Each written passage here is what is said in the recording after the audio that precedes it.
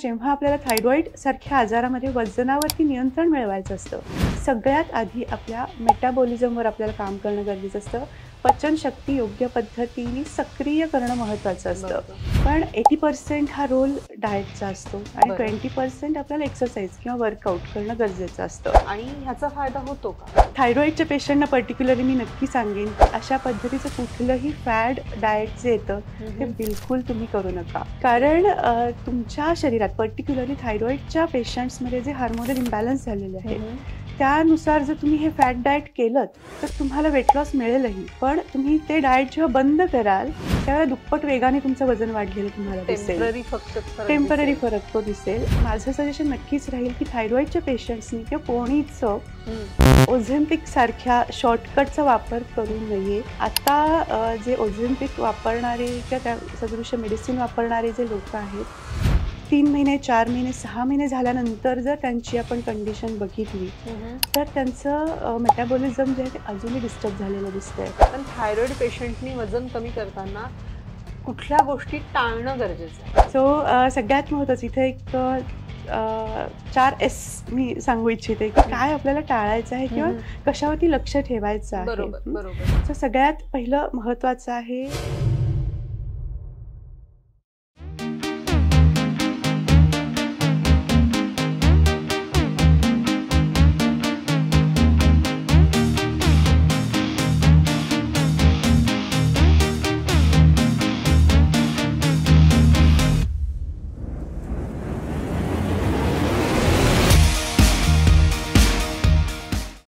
वजन. खूप जवळचा विषय वाटला ना, आणि नेहमीतल्या चर्चेतला देखील. तर वजन वाढ आणि थायरॉईडचा काय संबंध आहे?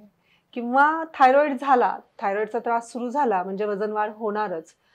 मी अगदी थोडंसं खाते तरीही वजन सतत वाढतच जाते, किंवा सगळं करून बघितलंय तरी काटा काही हलत नाहीये. हे असे प्रश्न तुम्हाला पडतायत का? किंवा वजन वाढ हे आता एक नवीन दुःखाचं कारण आहे का आपलं? कॉन्फिडन्स लूज होतोय का? आवडते कपडे घालता येत नाहीयेत का? हे असे बरेचसे प्रश्न आपल्याला कायम पडत असतात. हाच विषय आज घेऊन आलेलो आहे, थायरॉईड आणि वजन वाढ. खरंच वजन वाढीचा आणि थायरॉईडचा संबंध आहे का? त्यात काही समज आहेत का? मग आपण त्यातल्या समज आणि गैरसमजावर सत्यतेचा प्रकाश टाकणार आहोत का? ते गरजेचं आहे का? हेच सगळं आज आपण आपल्या ह्या थायरो संवाद, जी थायरॉईडवरील मराठी पॉडकास्ट सिरीज आहे, पहिली मराठी पॉडकास्ट सिरीज आहे, त्यामध्ये आज आपण ह्या विषयावर बोलणार आहोत. आपल्यासोबत आहे डॉक्टर चंद्रश्री कुलकर्णी आणि मी तुमची होस्ट संपदा हुद्देदार. चला स्वागत करूया. खूप खूप स्वागत डॉक्टर चंद्रश्री. थँक्यू संपदा. तुम्हाला कळलं असेल आजचा विषय खूप महत्वाचा आहे, जिव्हाळ्याचा आहे. अगदीच. तर तुम्हाला काय वाटतंय की थायरॉईडचा आणि वजन वाढीचा खरंच संबंध आहे का? अगदीच नक्की आहे. आणि खूप छान विषय आपण आज घेतलाय. आणि कारण ते सांगायचं नक्कीच महत्त्वाचं आहे. कारण माझ्याकडे जे क्लिनिकला येणारे पेशंट्स असतात थायरॉईडसाठी ट्रीटमेंटला यायच्या पेक्षा सुद्धा त्यांच्या वाढलेल्या वजनामुळं ते खूप नाराज असतात, दुःखी असतात. आणि थायरॉईडच्या ट्रीटमेंटपेक्षा त्यांना वजन कमी करणं हे फार महत्त्वाचं वाटत असतं. बरोबर. सो आजचा विषय हा थायरॉईडच्या पेशंटसाठी अतिशय महत्त्वाचा नक्कीच ठरणार आहे. अगदी. तर जनरली असं पाहतो आपण थायरॉइड म्हटलं, म्हणजे जसं मी आता सुरुवातच केली की थायरॉइड म्हटलं की वजन वाढतंच किंवा अंडरवेट, आपण जसं थायरॉइडचे प्रकार आहेत त्यामध्ये पाहिलं होतं. तर मग थायरॉइड आणि वजन वाढीचा संबंध आहे का? येस, नक्कीच आहे. कारण स्पेसिफिकली हायपोथायरॉइडिझम मध्ये वजन हे वाढत जातानाच आपल्याला दिसतं. त्याचं मेन कारण, तुम्ही हायपो किंवा हायपर कुठल्याही थायरॉइडमध्ये असाल, आपण सुरुवातीला ज्या पहिल्या एपिसोडमध्ये माझं आपण कारणंही पाहिली होती, त्यात एक महत्त्वाचं कारण होतं, थायरॉइड हार्मोन्स जेव्हा डिस्टर्ब होतात आपली मेटाबॉलिझम डिस्टर्ब होतं. मेटाबॉलिझम म्हणजे पचन शक्ती जी असते आपल्या शरीरामधली, बरोबर, ती योग्य पद्धतीने काम करत नाही. मग तुम्हाला वजन वाढवायचं असेल तरीही प्रॉब्लेम येतो आणि वजन कमी करायचं असेल तरीही प्रॉब्लेम येतो. त्यामुळे जेव्हा आपल्याला थायरॉईड सारख्या आजारामध्ये वजनावरती नियंत्रण मिळवायचं असतं, सगळ्यात आधी आपल्या मेटाबॉलिझमवर आपल्याला काम करणं गरजेचं असतं. पचनशक्ती योग्य पद्धतीने सक्रिय करणं महत्त्वाचं असतं. कारण थायरॉईडचे हार्मोन्स पर्टिक्युलरली T3, T4 आणि TSH आपण जेव्हा बघत असतो, T3 हे ॲक्टिव्हली आपल्या मेटाबॉलिझमवर काम करत असतं आणि ते डिस्टर्ब व्हायला TSH कारणीभूत ठरत असतं. आणि या सगळ्या हॉर्मोन्सवरती नियंत्रण ठेवता ठेवताच ही पचनशक्ती आपल्याला सुधरवण्यासाठी प्रयत्न करणं, ती जाठराग्नी प्रदीप्त करण्यासाठी प्रयत्न करणं हे फार महत्त्वाचं असतं. बरोबर. जोपर्यंत तुम्ही हे करत नाही तोपर्यंत तुमचं वजन नियंत्रणात येणार नाही. पर्टिक्युलरली थायरॉइडच्या पेशंटसाठी ही खूप महत्त्वाची सूचना नक्कीच आहे. ओके. त्यामुळे जो पहिला प्रश्न तू किंवा सुरुवातीला जे म्हणालीस की काही केलं तरी वजन कमीच होत नाहीये, बरोबर. मी काही फार खात नाहीये, माझं आहार खूप कमी आहे, तरीही माझं वजन का वाढतंय, तर ही चूक आपल्या आहार विहारामध्ये होत असते बरोबर. की आपण आपल्या त्या योग्य जीवनशैलीकडे लक्ष देत नसतो. योग्य पद्धतीचा आहार जरी घेतला तरी तो शरीरामध्ये डायजेस्टच होत नाहीये, त्याचं बरोबर. पचनच नीट होत नाहीये, म्हणूनच ते अंगी लागत नाही असं जे अंगी म्हटलं लागत नाही. जातं अगदी अगदी ते होताना थायरॉइडच्या पेशंटमध्ये पर्टिक्युलरली दिसतंच दिसतोच. आपल्याला. म्हणजे अगदी जवळचा संबंध आहे. अगदीच अगदीच. सो डॉक्टर, बऱ्याच वेळा असं होतं की वजन वाढ हा एक वेगळा भाग आणि अंगावरची सूज हा एक वेगळा भाग. म्हणजे आपण बरोबर. म्हणतो वजन वाढलेलं लगेच लक्षात येतं, सूज आलं की आपण म्हणतो की अगे किती सुजल्यासारखा वाटतोय चेहरा. हो तर मग यामध्ये फरक काय आहे? येस, खरं तर सांगायचं झालं तर इन्फ्लमेशन किंवा स्वेलिंग किंवा सूज हे दोन प्रकारामध्ये आपण म्हणू शकतो. एकतर साधा पाय मुरगाळला तरी पायावरती सूज येते, बरोबर. सो हे एक प्रकारचं इन्फ्लमेशनच आहे. पण थायरॉइड सारख्या डिसीजमध्ये किंवा डायबेटीस सारख्या डिसीजमध्ये जेव्हा इन्फ्लमेशन किंवा सूज हे आपण म्हणत असतो ती आपल्या पेशींवरती आलेली सूज असते.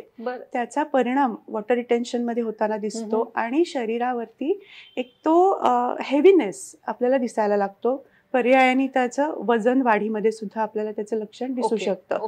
आणि पर्टिक्युलरली शरीरामध्ये जे फॅट वाढायला लागतं, चरबी वाढायला लागते, त्याने वजन वाढतं. ओके, सो सूज आणि वजन याच्यामध्ये फरक जरी असला तरीही थायरॉइडच्या पर्टिक्युलर पेशंट्समध्ये हे एकतर हार्मोनल इम्बॅलन्स, इन्शुलिन रेजिस्टन्स आणि त्या पेशींवरची वाढलेली सूज हे दोनही कारणीभूत ठरतं. त्यामुळं थायरॉइडच्या पेशंट्सना वजन वाढ असतेच आणि त्यांच्यामध्ये ते सूज किंवा स्वेलिंग हे लक्षण सुद्धा दिसतं. पर्टिक्युलरली थायरॉइडच्या पेशंट्समध्ये फेशियल स्वेलिंग, पफिनेस म्हणतो आपण, सकाळी उठल्यानंतर पेशंट्समध्ये हे आपल्याला बघायला मिळतं किंवा पायावरची सूज वाढणं हे थायरॉइडच्या पेशंट्समध्ये आपल्याला दिसतं. आणि या दोनहीवरती काम करणं गरजेचं असतं. फक्त सूज कमी झाली आहे आणि आपण कंट्रोलमध्ये आणतोय वजन तर बिलकुल नाही. आपल्याला इन्फ्लमेशन, आपल्याला स्वेलिंग पण कमी करायचं आहे आणि वाढलेली चरबी किंवा फॅट हेही आपल्याला कमी करायचं आहे. Very nice. डॉक्टर, तुम्ही आता सांगितलं की मेटाबॉलिझम बिघडतं जनरली थायरॉइडमध्ये आणि त्यामुळे मग वजन कमी करायला प्रॉब्लेम येतो. बरोबर. सो मग ह्यामध्ये डिटॉक्सचा काही फायदा होतो का वजन कमी करण्यासाठी? अगदीच होतो. ऍक्च्युली डिटॉक्सिफिकेशन केल्याशिवाय तुम्हाला जे वजन नियंत्रणात आणायचे ते आणताच येणार नाही. ओके. कारण तुमची पचनशक्ती जर तुम्हाला सुधारायची आहे तर तुमच्या शरीरात आत जे टॉक्सिन्स आहेत ते पहिले बाहेर काढणं गरजेचं आहे. मग तुम्ही जे काही पथ्याचं अन्न घेताय, डाएट फूड घेत आहात, त्याचा उपयोग तुमच्या शरीराला व्हायला सुरुवात होणार आहे. त्यामुळे डिटॉक्सिफिकेशन सुद्धा दोन पद्धतीने होणं गरजेचं आहे. पहिली गोष्ट सगळ्यांना माहितीये, एक हेल्दी फूड घ्यायला पाहिजे, चांगलं अन्न आपल्या शरीरामध्ये इंट्रोड्यूस केलं पाहिजे. आणि दुसरं, जसं मी म्हटलं की ऑलरेडी जे टॉक्सिन्स आपल्या शरीरात आहेत ते बाहेर काढले पाहिजेत. हे सायमल्टेनियसली होणं सुद्धा गरजेचं आहे. सो काही टिप्स पण आपण नक्कीच त्याच्याबद्दल देऊयात. पण हे थोडं अजून सोप्या पद्धतीने समजण्यासाठी एक उदाहरण नक्कीच मी देऊ इच्छिते. बऱ्याचशा लेडीज आहेत ज्यांना थायरॉइड आहे, सो त्या नक्कीच कोरिलेट करतील या संदर्भात की समजा आपल्या किचनचं बेसिन चोकअप झालेलं आहे, सो त्याच्यामध्ये आपण दरवेळेला ती पाईप नाही चेंज करत. एक तर त्यात वरून घाण पडत असेल तर ते टाकणं आपण कमी करतो आणि ऑलरेडी जी घाण त्या पाईपमध्ये आहे ती आपल्याला स्वच्छ करणं गरजेचं असतं. सो आपल्या शरीरामध्ये सुद्धा तशाच दोन सिस्टीम आहेत, एक तर हेल्दी अन्न घेणं आणि दुसरं आपल्या शरीरातनं ती घाण बाहेर पडणं. सो एक तर अल्कलाईन लिक्विडनी आपल्या शरीरामध्ये दिवसाची सुरुवात करणं, नॅचरल फूड घ्यायला सुरुवात करणं, प्रोटीनचा इंटेक आपल्या शरीरामध्ये जास्त घेणं, अशा काही पद्धतींनी आपण एका पद्धतीचं डिटॉक्सिफिकेशन सुरू करू शकणार आहोत. आणि दुसरं थोडंसं माइल्ड लॅक्झेटिव्ह काही आयुर्वेदिक सप्लिमेंट्सचा उपयोग करून ऑलरेडी जे टॉक्सिन्स आहेत ते आपल्या शरीरातून बाहेर काढायला सुरुवात करणं आणि त्यानंतर काही योग्य पद्धतीच्या आयुर्वेदिक थेरपीजद्वारे पूर्ण डिटॉक्सिफिकेशन करणं. बरोबर. सो आपल्या TFF मध्ये या सगळ्या सिस्टीमद्वारे आपण हम्म. या गोष्टींवरती विशेष लक्ष देऊन काम केलेलं असतं.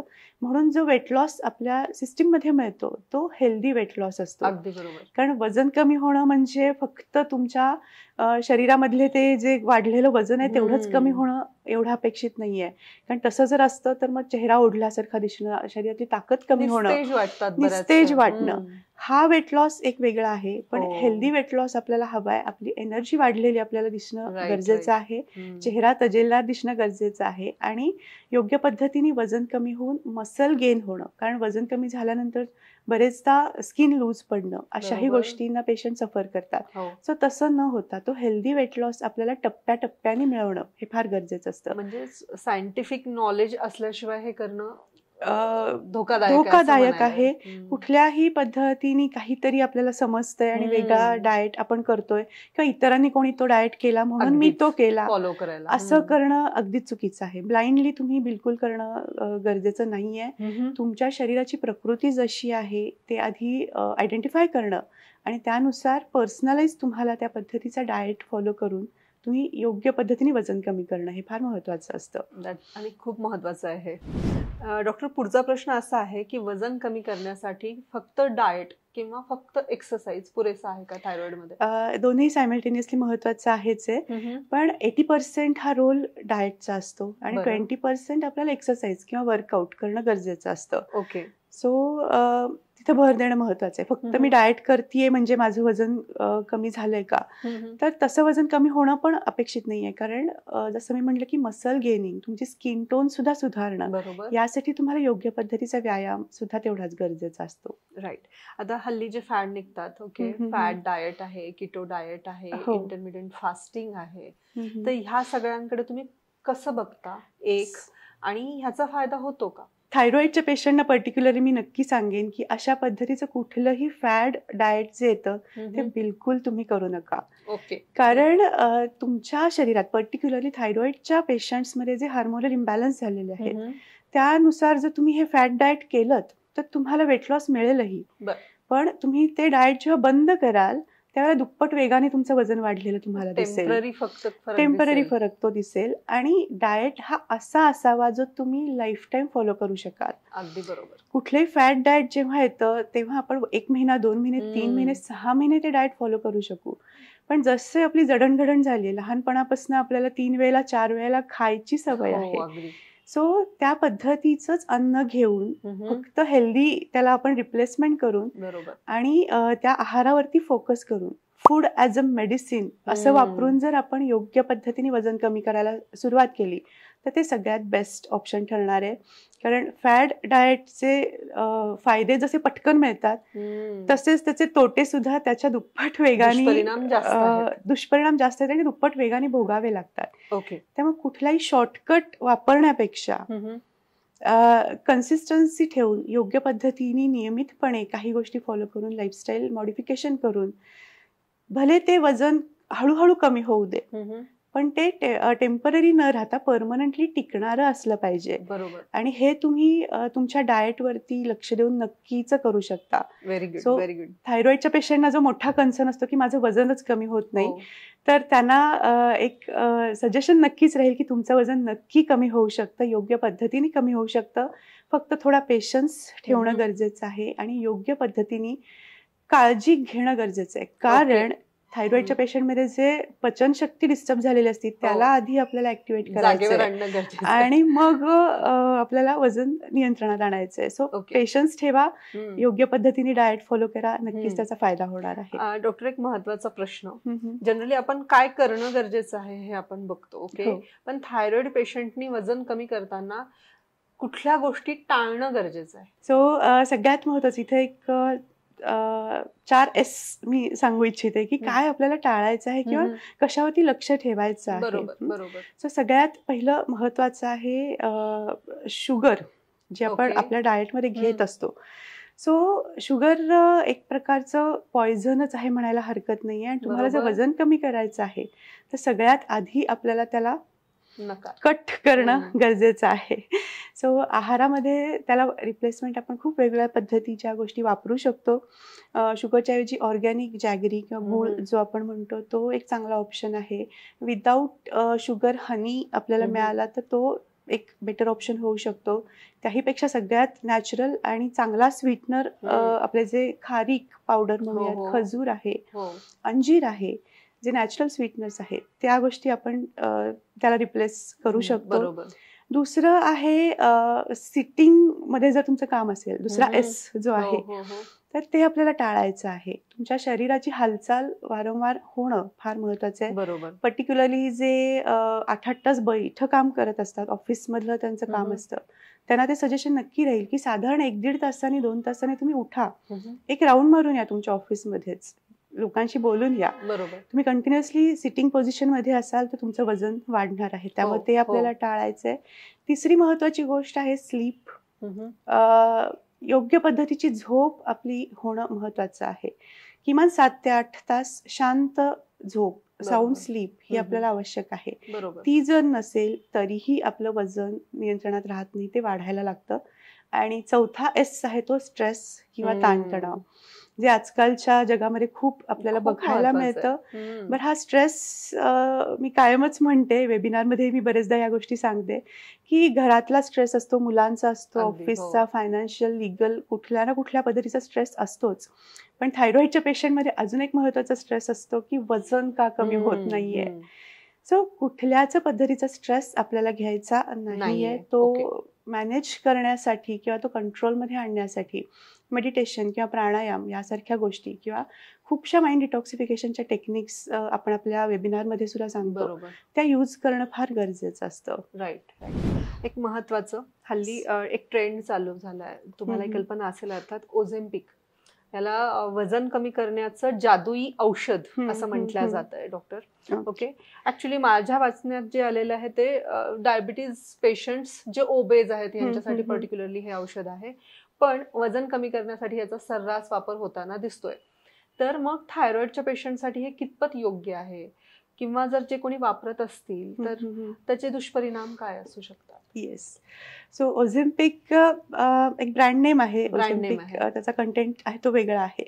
पण कुठल्याही पद्धतीने, जसं आता तू ऐकलंस ते बरोबर ऐकलंस, की डायबेटीस साठी ते तयार झालेलं एक मेडिसिन आहे. आणि ते जेव्हा वापरायला सुरुवात केली, जगभरात खूप मोठं फॅड त्याचं आलेलं आहे म्हणायला हरकत नाहीये. आणि बरेचसे सेलिब्रिटीज सुद्धा त्याचा वापर करून वजन कमी करतायत. सो पर्टिक्युलरली ते औषध तयार झालं डायबेटीससाठी, ते वापरताना लक्षात आलं की त्याचा उपयोग वजन कमी करण्यासाठी सुद्धा होतोय. सो बरेचसे पेशंट फक्त वजन कमी करण्यासाठी, ज्यांना डायबेटीस नाहीये असेही पेशंट्स या पद्धतीचे कुठलाही नाहीये, फक्त ओबेसिटी दिसते आहे आणि ते कमी करण्यासाठी ओझेम्पिक सारखे ड्रग्ज, इंजेक्शन असतं ते वापरायला सुरुवात करत आहेत. पण पुन्हा माझं म्हणणं तिथंच येत आहे की जेव्हा ओझेम्पिक किंवा इतर कुठल्याही पद्धतीचा शॉर्टकट जेव्हा तुम्ही यूज करता आहात, त्याचे लॉंग टर्म काय इफेक्ट आपल्या शरीरावर होत आहेत हे मॉनिटर करणं फार महत्वाचं आहे. सो माझं सजेशन नक्कीच राहील की थायरॉइडच्या पेशंट्सनी किंवा कोणीच ओझेम्पिक सारख्या शॉर्टकटचा वापर करू नये. कोणी करावं, म्हणजे आता ओझेम्पिक ड्रग आहे, कशानं चांगल्या गोष्टींसाठी ते इन्व्हेंट झालेलं आहे. तर जे डायबेटिक पेशंट्स आहेत, जे ओबेस आहेत, ज्यांचा BMI 35 पेक्षा जास्त आहे आणि ज्यांना इतर कुठल्याच पद्धतीचा उपयोग होऊ शकणार नाहीये, जे वजन कमी करू शकतायत, अशा लोकांनी ठराविक कालावधीसाठी की तो पुश मिळणं, तो बूस्ट मिळणं, यासाठी तुम्ही अशा काही मेडिसिनचा उपयोग करू शकणार असाल तर आणि तरच तो करावा. पण तोही डॉक्टरांच्या सल्ल्यानेच करणं गरजेचं आहे. पण आता जे ओझेम्पिक वापरणारे किंवा त्या सदृश्य मेडिसिन वापरणारे जे लोक आहेत, 3 महिने, 4 महिने, 6 महिने झाल्यानंतर जर त्यांची आपण कंडिशन बघितली तर त्यांचं मेटाबॉलिझम जे आहे ते अजूनही डिस्टर्ब झालेलं दिसतंय. सो थायरॉइडच्या पेशंटना मी बिलकुल रेकमेंड करणार नाही की तुम्ही हे वापरा, कारण तुमच्या शरीरातलं पचनशक्ती जी बिघडलेली आहे त्याला दुरुस्त करणं फार महत्वाचं आहे. यासारख्या मेडिसिनने आपल्याला टेम्पररी फायदा मिळेल, जी वजन तुमचं कमी होताना दिसेल, पण कालावधीनंतर तुमचं मेटाबॉलिझम अजूनही डिस्टर्ब झालेलं दिसेल. कारण ओझेम्पिक सारख्या औषधांचा परिणाम जो आहे तो आपल्या शरीरामध्ये जे अन्न आलेलं असतं त्या अन्नाचं एक सेन्सेशन ब्रेनला जातं, फुलफिल म्हणजे सटायटी लेवल जी असते ती फुलफिल झालंय असा एक मेसेज आपल्याला त्या ड्रग मेंदूकडे जात असतो. सो आपलं इन शॉर्ट पोट लवकर भरल्याची भावना होते का? हा, आणि त्याचं पचनही थोडं डिले होतं, अन्नाचं पचनही डिले होतं आणि सटायटी फिलिंग चा एक सेन्सेशन असतं ते ब्रेन पर्यंत जातं आणि आपोआपच भूक कमी लागते, खाल्लं कमी जातं आणि वजन कमी होतं. असा त्याचा इम्पॅक्ट होत असतो. पण थायरॉइडच्या पेशंटना पर्टिक्युलरली हे बिलकुल रेकमेंडेड नाहीये.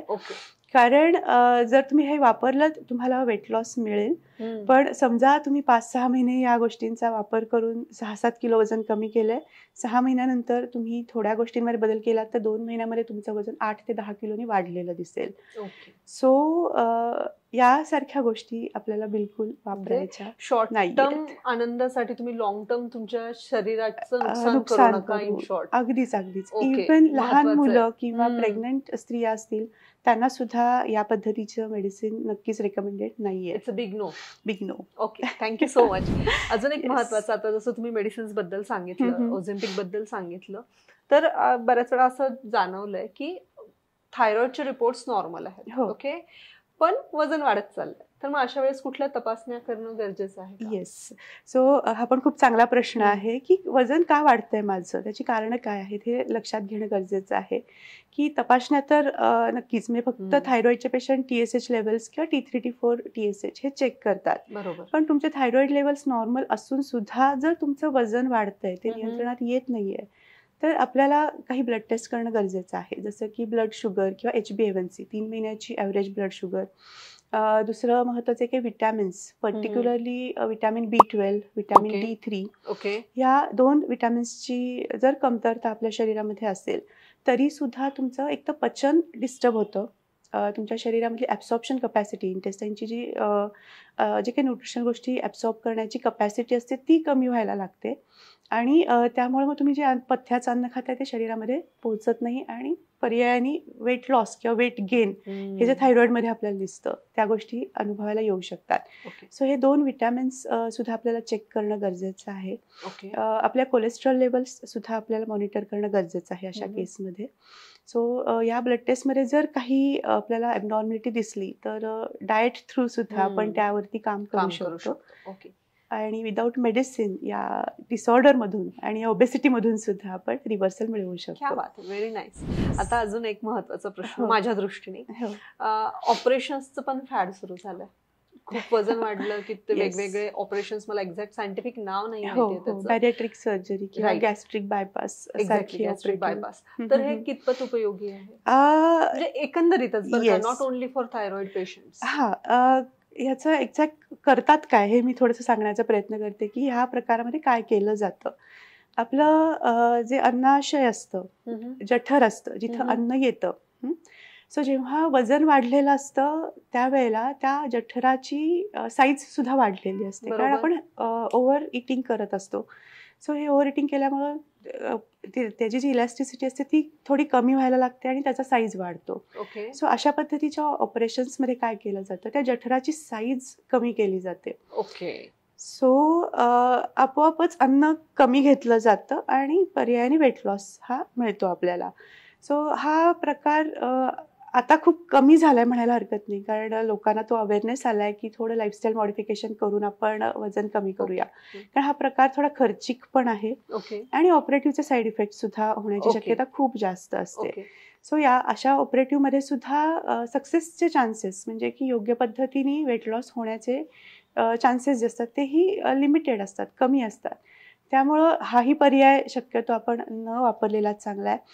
जसं मी मगाशी म्हटलं की पर्यायच नाही आहे, तुमचं वजन अति प्रमाणात वाढलेलं आहे आणि तुम्ही लाईफस्टाईल मॉडिफाय करायचा प्रयत्न जरी केला तरी तुमचं शरीर साथ देत नाहीये. सो अशा केसेसमध्ये अगदी हार्डली हातावर बोटावर मोजण्या इतक्या केसेस असतील ज्या सर्जरीसाठी रेकमेंड करता येतील. येस. सो शक्यतो सगळ्यात बेटर उपाय हा आहे की तुम्ही तुमच्या आहारावरती नियंत्रण ठेवा आणि योग्य पद्धतीने वजन नियंत्रणात आणा, तर ते परमनंट टिकणारं असू शकतं. आता इतक्या वेळ मी तुमच्याशी वजन वाढ हेच शब्द तुम्ही हो, माझ्याकडनं हो. ऐकलेत. ओके, पण एका एपिसोड मध्ये आपण अंडरवेट याबद्दल पण बोललेलो आहे, जेव्हा Yes. आपण टाइप्स डिस्कस केले हो, होते. हो. अंडरवेट, तर हो. अंडरवेट हे थायरॉइडचं लक्षण आहे. नक्कीच. ओके, पण मग ह्या लोकांनी सस्टेनेबल वजन त्यांचं मिळेपर्यंत काय करणं गरजेचं आहे? येस. सो प्रश्न तुझा अंडरवेटसाठी आहे, पण मी थोडंसं या दोन्ही गोष्टींसाठी सांगते. कारण थायरॉइडमध्ये मी जसं म्हटलं की मेटाबॉलिझम डिस्टर्ब असतं. तुमचं हायपोथायरॉइडिझममध्ये पर्टिक्युलरली वजन वाढत जाताना दिसतं. जे BMR तुमचा बेसल मेटाबॉलिक रेट कमी असतो त्यामुळं. आणि अंडरवेट कंडिशनमध्ये हा BMR वाढलेला दिसतो. त्यामुळं खूप लवकर त्या अन्नाचं पचन व्हायला लागतं आणि तुम्ही अंडरवेट या कंडिशनमध्ये जाता. सो दोनही पद्धतीमध्ये आपल्याला डाएटवरती लक्ष द्यायचं आहे. अगदी सो बरोबर. इथं हा प्रश्न येऊ शकतो की आम्ही काय घ्यायचं, म्हणजे आमचं वजन कमी करायचं असेल तर आम्ही कुठला डाएट फॉलो करणं गरजेचं आहे आणि आम्हाला वजन वाढवायचं असेल तर कुठला करणं बरोबर. गरजेचं आहे. सो पहिला आपण थोडं ओव्हरवेटसाठी बघूयात. तर ओव्हरवेटच्या लोकांनी प्रोटीन युक्त अन्न आहारामध्ये घेणं फार महत्त्वाचं आहे. ओके. कारण कार्बोहायड्रेट्स जेव्हा आपण कमी करतो त्यावेळेला पोट भरण्याचं जे फिलिंग आहे ते आपण या प्रोटीन सोर्समधनं मिळवू शकणार असतो.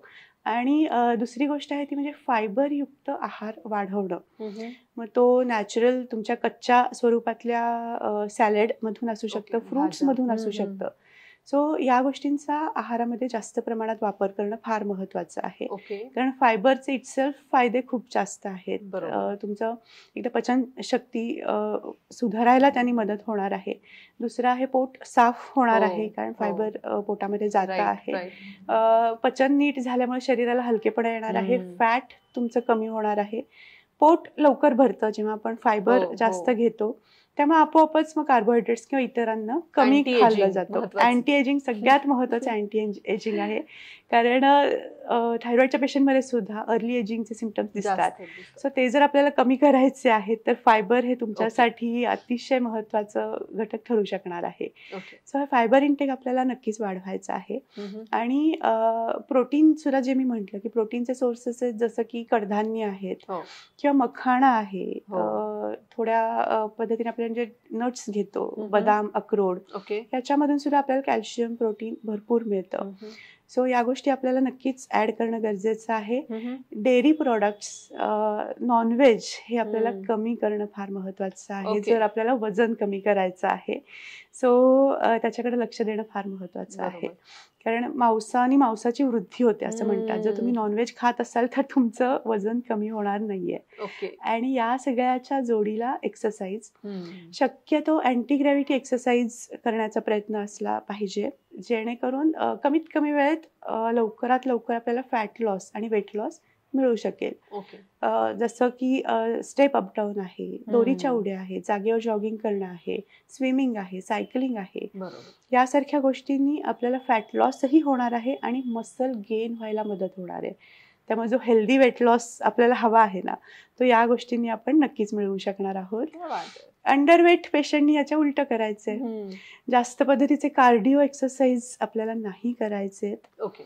आपल्याला मसल गेनिंगचे किंवा स्ट्रेंथ मिळणारे एक्सरसाइज आहेत. म्हणजे वजन घेऊन, डंबेल्स घेऊन असेल किंवा अगदीच घरात 1-1 लिटरच्या पाण्याच्या बॉटल्स घेऊन सुद्धा आपण त्या करू शकणार आहोत. दुसरं आहे की अंडरवेट पेशंट्सनी पर्टिक्युलर थायरॉइडच्या दिवसभरात 5 ते 6 वेळेला अन्न घ्यायला हरकत नाहीये. ओके. हा, फक्त ते कसं असलं पाहिजे हे महत्त्वाचं आहे. कॅलरी इंटेक जास्त घेण्यापेक्षा प्रोटीन इंटेक त्यांनी वाढवणं फार महत्त्वाचं आहे. आणि 4 ते 5 वेळेला खायचं का हेही मी सांगते, कारण त्यांचा मेटाबॉलिक रेट वाढलेला असतो. सो त्यांना तिथं पचन होण्यासाठी ते अन्न पोटात जाणं गरजेचं आहे. अदरवाईज ते तुमचं फॅट किंवा मसल लॉस व्हायला सुरुवात होणार असते. ओके. सो या पेशंट्सनी तिथं काळजी घेणं गरजेचं आहे. झोपेवरती योग्य नियंत्रण दोन्ही गोष्टींसाठी आपल्याला महत्त्वाचं नक्कीच आहे. खूप महत्वाचं. खूप छान टिप्स दिल्या तुम्ही. मला ते 4S पण आवडले. आणि आत्ताचा जो शेवटचा तुम्ही योग्य आहार कसा असणं अपेक्षित आहे थायरॉइडच्या पेशंटनी वजन वाढीसाठी आणि ज्यांचं अंडरवेट आहे, अंडरवेट आहेत आणि ज्यांना वजन कमी करायचं आहे, अशा दोन्ही गोष्टींसाठी आपण बोललो. तुम्ही आहार कसा असणं अपेक्षित आहे हे सांगितलं.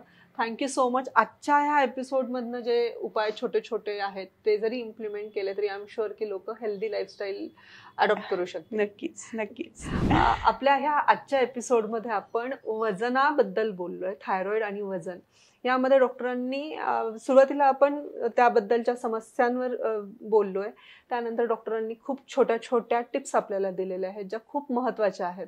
तर वजन वाढ हे सेल्फ इस्टीमवर घेऊ नका. तुमचा इंटरनल किंवा तुमचा कॉन्फिडन्स बूस्ट करा. नैसर्गिक पद्धतीने वजन कमी करा जेणेकरून हा लॉंग टर्म राहील. कारण शॉर्ट टर्म फॅट्सच्या मागे न लागून स्वतःच्या शरीराची हानी करून घेऊ नका. आजचा हा एपिसोड कसा वाटला हे आम्हाला जरूर कळवा. येणाऱ्या एपिसोड्समध्ये तुम्हाला कुठल्या विषयांवर TFF म्हणजे थायरॉइड फ्री फॉर एव्हर ह्या आपल्या चॅनलमध्ये ऐकायला आवडेल हेही जरूर कळवा. आणि सगळ्यात महत्त्वाचं, डॉक्टर चंद्रश्री लाईफस्टाईल डिसऑर्डर्स मॅनेजमेंटवर फ्री वेबिनार घेतात. त्यामध्ये तुमच्या सगळ्या प्रश्नांची उत्तरं मिळतील. आणि ह्या वेबिनारची लिंक ही डिस्क्रिप्शनमध्ये दिलेली आहे. तर हा वेबिनार चुकवू नका. आणि 1 मिनिट थांबा, आपल्याला एक छानशी टिप्स आज मिळणार आहे. काय टिप्स डॉक्टर? येस, थायरॉइडच्या पेशंटना एक सूचना नक्कीच आहे की तुमचं वजन सुद्धा योग्य पद्धतीने कमी होऊ शकतं. सो बिलकुल काळजी करू नका. फक्त शॉर्टकट वापरण्याच्या मागं नक्कीच जाऊ नका. नियमितपणे कन्सिस्टन्सी ठेवून आपल्या डाएट आणि आपल्या एक्सरसाइजवरती जर तुम्ही योग्य पद्धतीने काम करू शकलात तर तुम्ही सुद्धा तुमच्या ड्रीममधलं तुमचं शरीर नक्कीच मिळवू शकणार आहात. So thank you so much.